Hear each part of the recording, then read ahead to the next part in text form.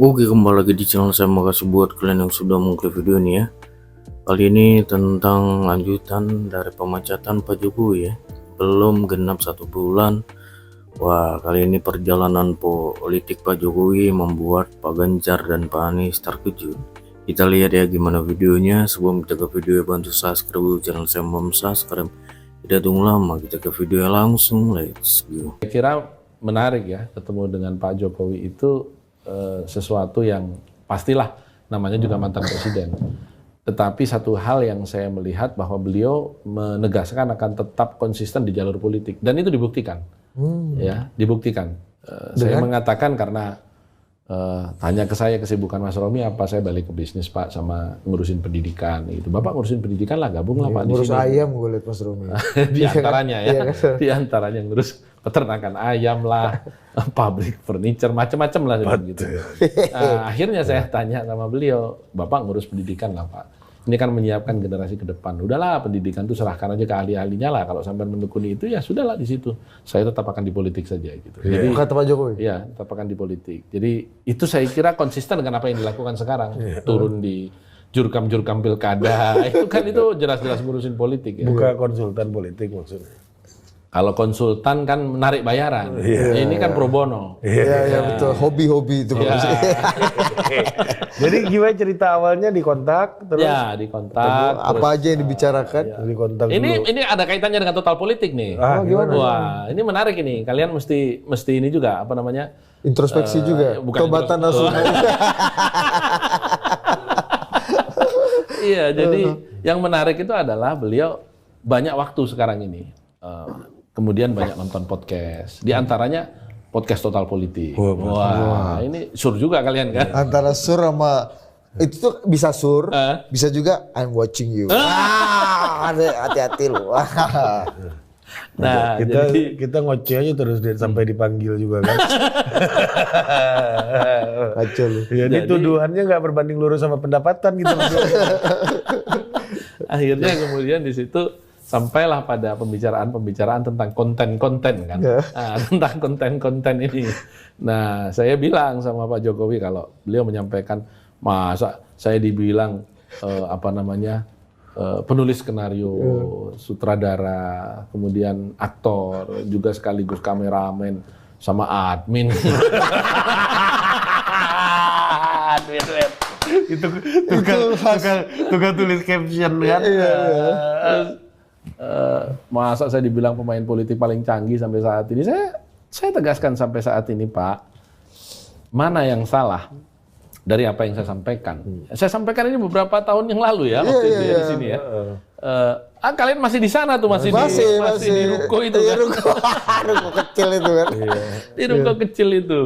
Nah, saya bilang, bagaimana saya nggak bisa sebut Bapak canggih? 2005 jadi wali kota, hanya 9 tahun udah jadi presiden. Semua ketua umum dilangkahinya kan. Jadi sampai hari ini masih Bapak paling canggih. Saya bilang Bung Karno itu mulai dari ketua umum PNI sampai jadi presiden tuh butuh 20 tahun lebih. Ini Bapak cuma 9 tahun dan belum ada yang bisa menyamai itu. Nah, terus tentu beliau menyampaikan ya, tapi kan nggak usah lah saya diatribusi seperti itu. Ini kan juga menjadi persoalan tersendiri.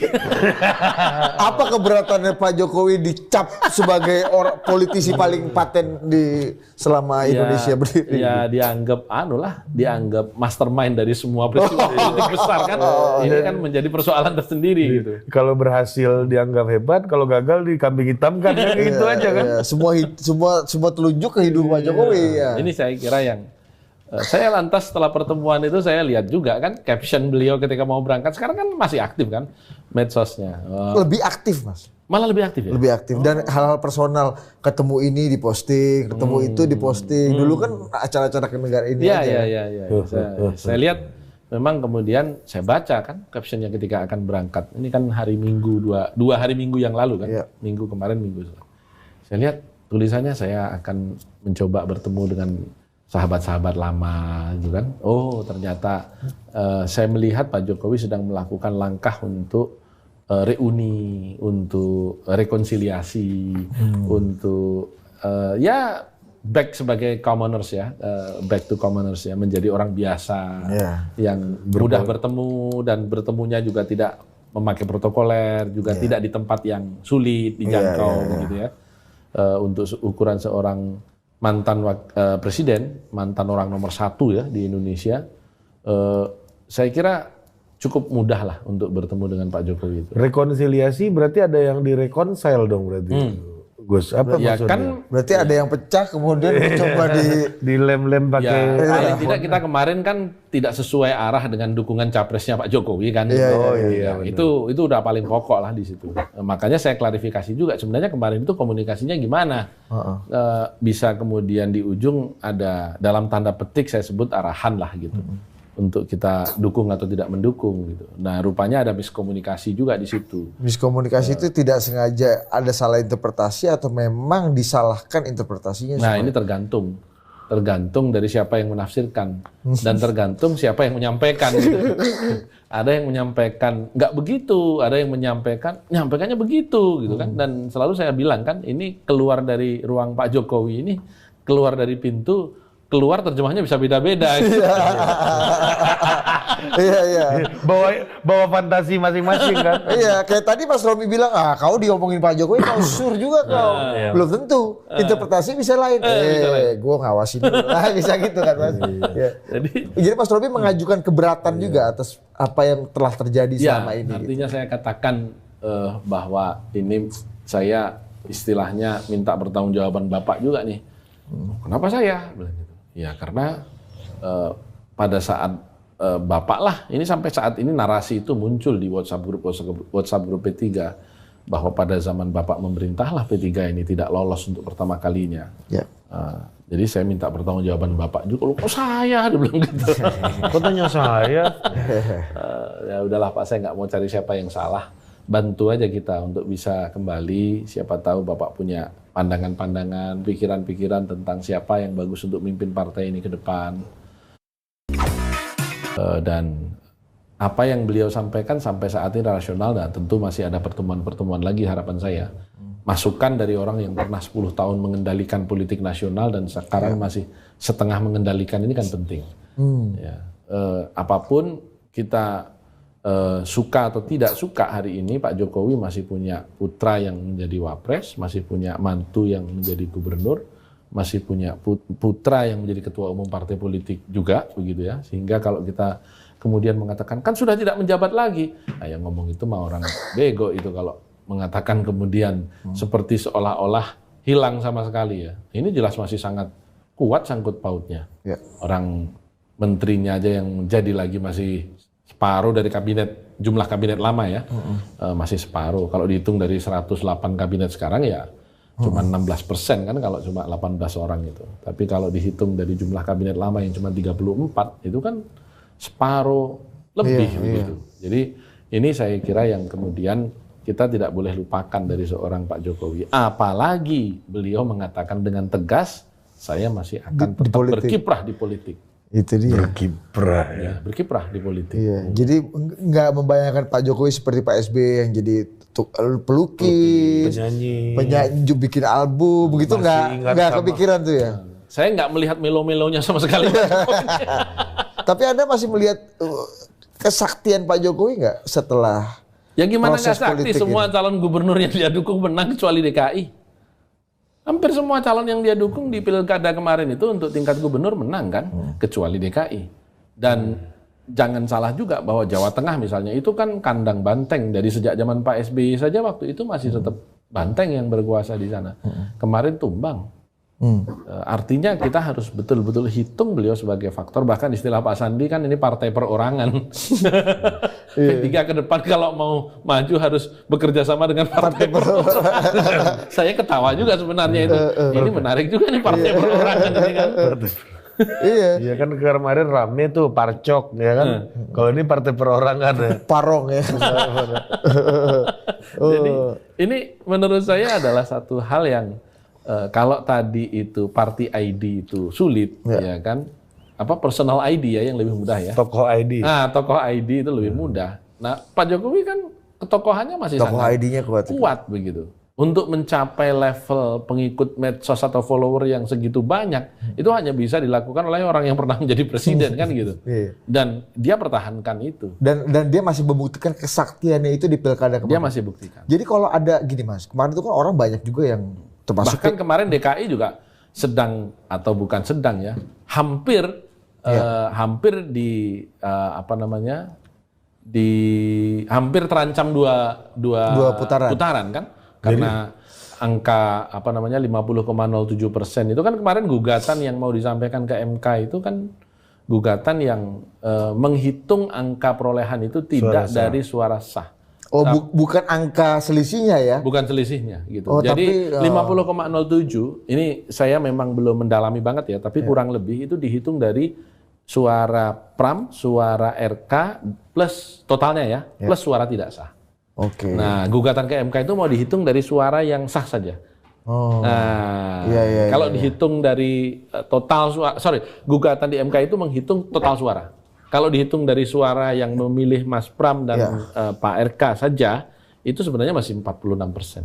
Oh, Kalau jadi the whole suara gitu ya? Kalau dihitung dari the whole suara, Mas 46%. Pram plus Pak RK plus suara tidak sah, itu 46%. Oke, itu yang mau digugat? Nah, itu mau digugat. Terjemahnya harus begitu, maksudnya suara sah atau tidak sah itu 50%. Tapi kalau dihitung hanya dari yang sah memilih Pak Pram atau memilih Pak RK, memang sudah 50% lebih. Nah, kalau kemarin gugatan itu, gagasan itu muncul, sempat muncul. Iya, sudah dikatakan oleh udah statement terbuka kan? Profesor Dasko juga kalau nggak salah udah bilang ya, waktu itu kan kemungkinan akan ada 2 putaran apa. Dan kita juga dengar kalau logika hukumnya kayak gitu. Tetapi kemudian saya mendapat informasi bahwa memang Presiden menyampaikan bahwa sudahlah ini apapun ini bertarung sudah seperti ini, nanti daripada panjang-panjang lagi nggak kunjung stabil. Pak Prabowo itu kan pikirannya harmoni banget. Harmoni banget. Lihat cara beliau menyusun kabinet. Jumlahnya aja dibanyakin untuk mengakomodir semua elemen, semua kebutuhan, semua keinginan, semua permintaan gitu. Kabinet 100 menteri ini ya, berarti 108 ini kan.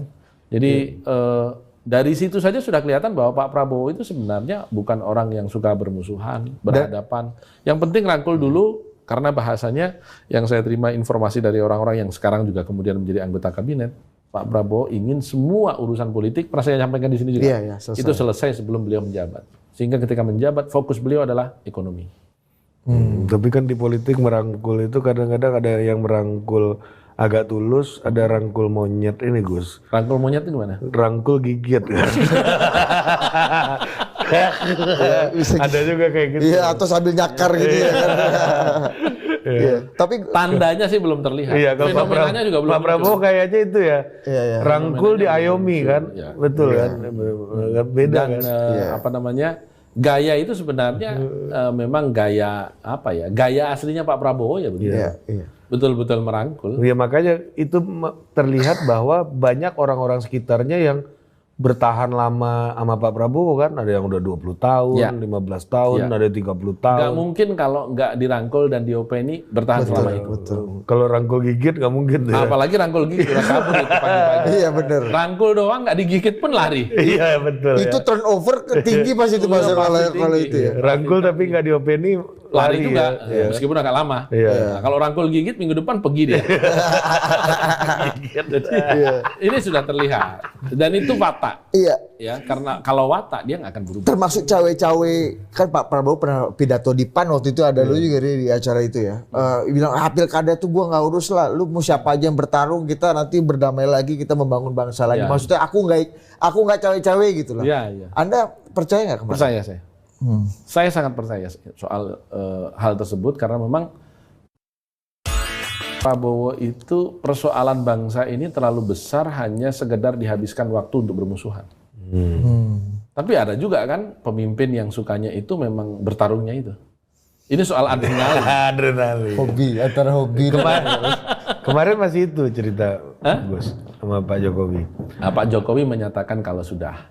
Kan politik masih di politik. Masih di politik. Terbukti jadi jurkam pun sukses kan, akurasi tinggi kan. Akurasi masih tinggi dan saya kira nggak bisa kita kemudian menafikan ya, karena kan sebahagian besar pejabat utama Pak Prabowo masih orang-orang yang kemarin menjadi pejabat utamanya Pak Jokowi, Kapolri, Panglima TNI. Tapi emang kasusnya Jaksa Agung. dalam kasus Pak Jokowi ini kan beliau berhenti jadi presiden kan by law, Bos. Iya, bukan Bukan by keinginannya. by law harus stop. Harus stop mau nggak mau. By nature gimana by nature? By By nature kan tadi. Aku Masih. masih aktif di politik. Itu by nature tuh. Iya. Bener kan? Lu mau lihat Jokowi by law apa by nature? Iya, karena kalau by nature Pak Jokowi The jure sama de facto iya lah. benar. Iya, ada juga. By law sebenarnya kalau Pak Jokowi tetap aktif di politik, kalau dia punya partai atau jadi pengurus partai kayak Pak Prabowo, kayak Ibu Mega, kayak Pak SBY, By pasca punya nature. tugas dia memang mengurus partai kan di politik juga. Tapi By istilah nature yang itu kemarin disampaikan Pak Sandi setelah politik bertemu perorangan. dengan Pak Jokowi, Partai perorangan. nah, partai perorangan itu menurut saya gambaran dari bahwa Pak Jokowi tidak berencana masuk partai politik manapun. Kalau nggak akan ada kalimat partai perorangan itu.